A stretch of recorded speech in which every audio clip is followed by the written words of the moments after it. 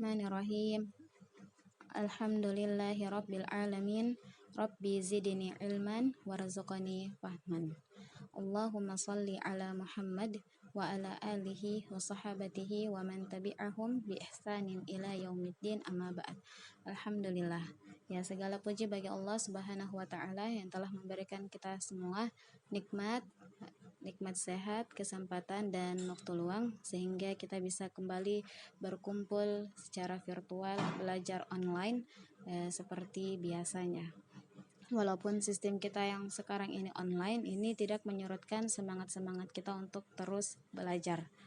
Tayyib, langsung saja kita akan masuk pada bab 2, yaitu memahami dan mencipta cerita fantasi.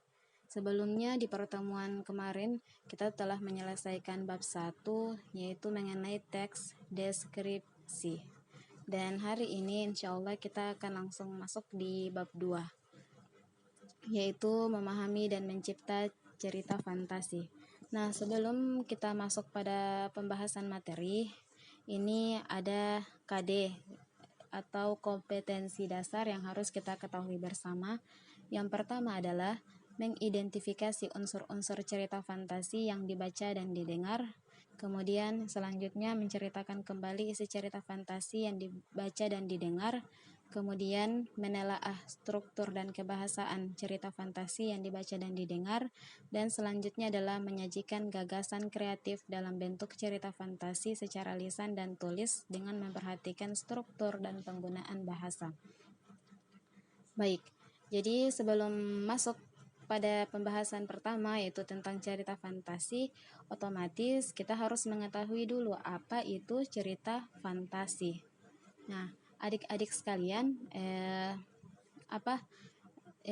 silahkan sambil menyimak video ini, jadi buka juga otak dan pikiran kita. Jadi kita resapi baik-baik apa yang akan saya sampaikan. Tayyib, selanjutnya definisi atau pengertian dari cerita fantasi. Jadi cerita fantasi ini adalah salah satu jenis cerita yang sangat penting untuk melatih kreativitas seseorang. Nah, adik-adik penasaran cerita fantasi itu seperti apa? Contohnya seperti apa? Contohnya itu seperti cerita hantu-hantu. Ya, adik-adik sekalian pasti pernah mendengarkan atau pernah menyaksikan film hantu-hantu ataupun cerita-cerita dongeng yang semuanya itu adalah fiksi belaka atau tidak nyata. Ya, jadi cerita fantasi itu adalah peristiwa di mana peristiwa itu terdapat alur cerita yang bersifat imajinatif dan hayalan. Nah, jadi di definisi ini saya tampilkan ini ada beberapa kata, yaitu peristiwa, alur cerita, imajinatif, dan hayalan. Ini merupakan kata kunci dari pengertian cerita fantasi itu sendiri. Jadi kita bisa mendefinisikan secara sesuai dengan pemahaman kita sendiri-sendiri. Yang jelas cerita fantasi itu ada peristiwa, ada alur cerita, ada imajinatif, dan hayalan. Jadi kita bisa merangkai kata-katanya menjadi satu kalimat yang bisa dipahami. Contohnya, misalnya kalau suatu hari nanti akan saya tanyakan, coba jelaskan apa itu cerita fantasi. Nah, adik-adik tidak perlu menghafal cerita fantasi, adalah cukup memahami kata kunci yang ada di slide ini, yaitu peristiwa, alur cerita, imajinatif, dan hayalan. Jadi bisa dirangkai kata-katanya, misalnya cerita fantasi adalah suatu peristiwa di mana ada alur cerita yang bersifat imajinatif dan hayalan. Ya, kalau ada yang belum dipahami di bagian definisi ini, ya silahkan langsung ditanyakan. Jadi ditanyakan pakai via chat di grup ataupun japri. Kemudian lanjut, yaitu ciri-ciri dari cerita fantasi. Jadi ciri-ciri cerita fantasi itu yang pertama adalah mengandung keajaiban, keanehan, kemisteriusan. Jadi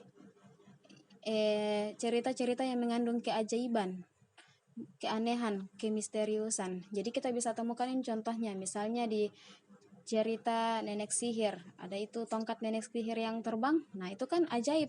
Masa ada sapu yang bisa terbang? Kan itu ajaib ya. Kemudian yang kedua adalah memiliki ide cerita. Ya, pastilah. Namanya sebuah cerita, pasti ada ide cerita. Kemudian yang ketiga adalah menggunakan latar lintas ruang dan waktu. Ya, jadi menggunakan latar lintas ruang dan waktu. Jadi ini bisa digunakan, misalnya ini menceritakan masa kini ataupun masa lampau, ataupun digabungkan keduanya.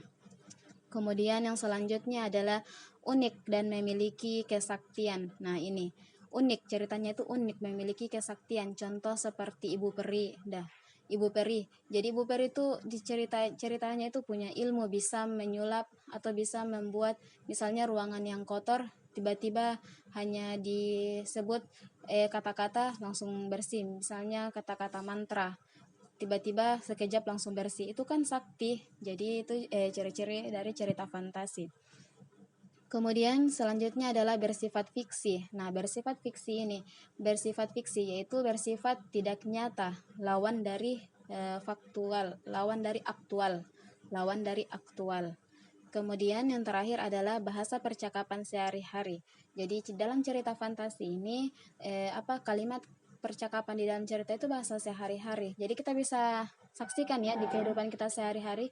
Misalnya dahulu kita sering menonton film film nenek sihir dan sebagainya, yang cerita-cerita dongeng hayalan. Ya, itu menggunakan bahasa sehari-hari atau bahasa tidak baku, informal. Tayyib. Jadi kita lanjut jenis-jenis cerita fantasi. Jadi jenis-jenis cerita fantasi ini ada dua. Yang pertama adalah berdasarkan latar cerita, dan yang kedua adalah berdasarkan kenyataan hidup sehari-hari. Jadi ini salah tulis ya, sebenarnya 1 dan 2, tapi qadarullah salah tulis. Ya, jadi berdasarkan latar cerita itu terbagi atas 2 lagi. Jadi latar waktu sezaman, dan yang kedua adalah latar lintas waktu. Nah, maksudnya ini apa? Latar waktu sejaman ini maksudnya misalnya dalam satu cerita fantasi dia hanya mengambil satu zaman waktu. Misalnya dia mengambil masa yang akan datang, ceritanya masa yang akan datang. Jadi dalam cerita itu hanya menceritakan masa yang akan datang. Ataupun dia akan mengambil masa lampau, maka hanya mengambil masa lampau. Jadi tidak digabungkan antara masa akan datang dan masa lampau. Kemudian yang bagian B adalah latar lintas waktu. Nah, latar lintas waktu ini kebalikan dari poin A. Jadi latar lintas waktu ini itu ada penggabungan. Jadi ada penggabungan antara menggunakan waktu zaman sekarang ini ataupun masa lampau. Jadi dalam satu cerita itu ada alur bolak-balik. Misalnya awal ceritanya itu masa akan datang, kemudian di cerita selanjutnya itu masa lampau. Pokoknya ada alur bolak-balik. Lanjut, yang bagian kedua adalah berdasarkan kenyataan hidup, yaitu ada 2, cerita fantasi total dan cerita fantasi irisan. Nah, cerita fantasi total ini maksudnya adalah cerita fantasi yang hayalan semua. Jadi ini cerita fantasi yang yang hayalan belaka, jadi tidak pernah terjadi di dunia nyata. Itu fantasi total. Adapun fantasi irisan ini adalah ada beberapa cerita yang memang terjadi di dunia nyata, tapi ini tetap ada unsur-unsur hayalannya. Maksudnya ada unsur-unsur hayalannya. Jadi gabungan dari cerita fantasi total dengan gabungan dengan cerita yang nyata. Ya. Tapi kita harus harus mengetahui bahwa cerita fantasi ini tidak perlu untuk kita yakini kebenarannya. Jadi jangan kita sedang kita pernah menonton film hantu-hantu, terus kita merasa takut, terus kita merasa gelisah ketika berada di tempat gelap dan sebagainya. Jadi itu tidak mempengaruhi. Jadi jangan kita yakini ya. Jadi kalau kita menonton cerita fantasi dan sebagainya itu jangan diyakini. Jadi itu hanya pengetahuan saja. Jadi tidak perlu ada yang sampai ke bawah mimpi dan lain-lain. Jadi itu cukup hanya hiburan saja. Hanya hiburan untuk mereflekskan otak-otak kita. Jadi jangan ada yang sampai ketika tiba-tiba habis menonton film horor jadi takut kesana kemari sendiri dan sebagainya. Jadi tidak ya. Jadi cerita fantasi ini tidak untuk diyakini kebenarannya. Karena di ciri-ciri tadi sudah disebutkan bahwa ciri dari cerita fantasi itu adalah fiksi. Jadi fiksi itu berarti tidak nyata. Jadi itu hanya hayalan semata, hayalan dari penulis. Ya. Tayyib, alhamdulillah. Jadi terakhir dari pembahasan ini ada latihan. Jadi latihan ini untuk melihat bagaimana kemampuan adik-adik sekalian dalam memahami atau menangkap materi yang telah saya sampaikan. Jadi yang nomor 1 itu soalnya adalah pernahkah membaca teks cerita fantasi? Jadi jawabannya adalah pernah atau tidak. Kalau sudah pernah membaca, maka sebutkan judulnya. Jadi bebas sebutkan sebanyak-banyaknya. Adapun yang belum pernah, jadi usahakan baca ya, baca contoh cerita fantasi. Ada itu di buku pegangan kita, di buku cetak. Jadi ada contoh cerita fantasi itu. Jadi kan saya sudah mengirimkan soft file. Jadi silakan dilihat-lihat di halaman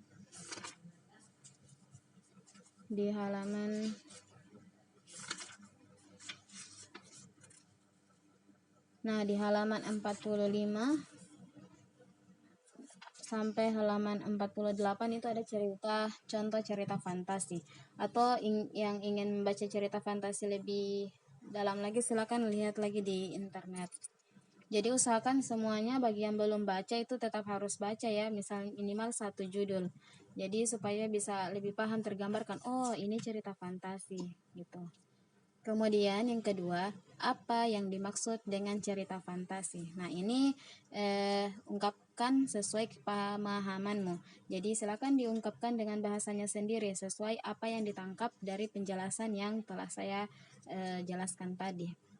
Kemudian yang ketiga adalah apa yang membedakan cerita fantasi dengan cerita pendek lainnya. Ungkapkan sesuai pemahamanmu.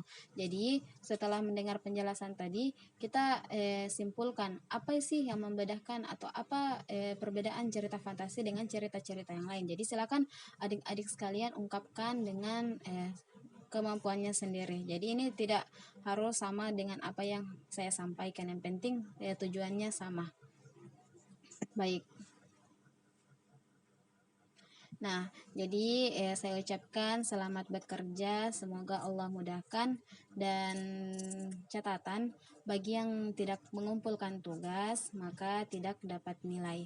Jadi adik-adik sekalian berlomba-lomba dalam kebaikan. Jadi kita kita niatkan ya bahwa tugas-tugas yang diberikan oleh guru-guru itu bukanlah beban atau bukanlah ujian, tapi ini adalah untuk kebaikan kita bersama. Jadi untuk melatih kemampuan adik-adik sekalian. Baik, semoga dipahami. Ya, dan terakhir saya ucapkan syukron jazakumullahu khairan pada adik-adik sekalian yang telah menyimak video ini. Semoga video ini bermanfaat dan saya mohon maaf jika ada salah kata. Ya. Alhamdulillah binikmatihi tatimus shalihat. Kita cukupkan majelis kita hari ini. Kita tutup dengan alhamdulillah. Alhamdulillahirabbil alamin.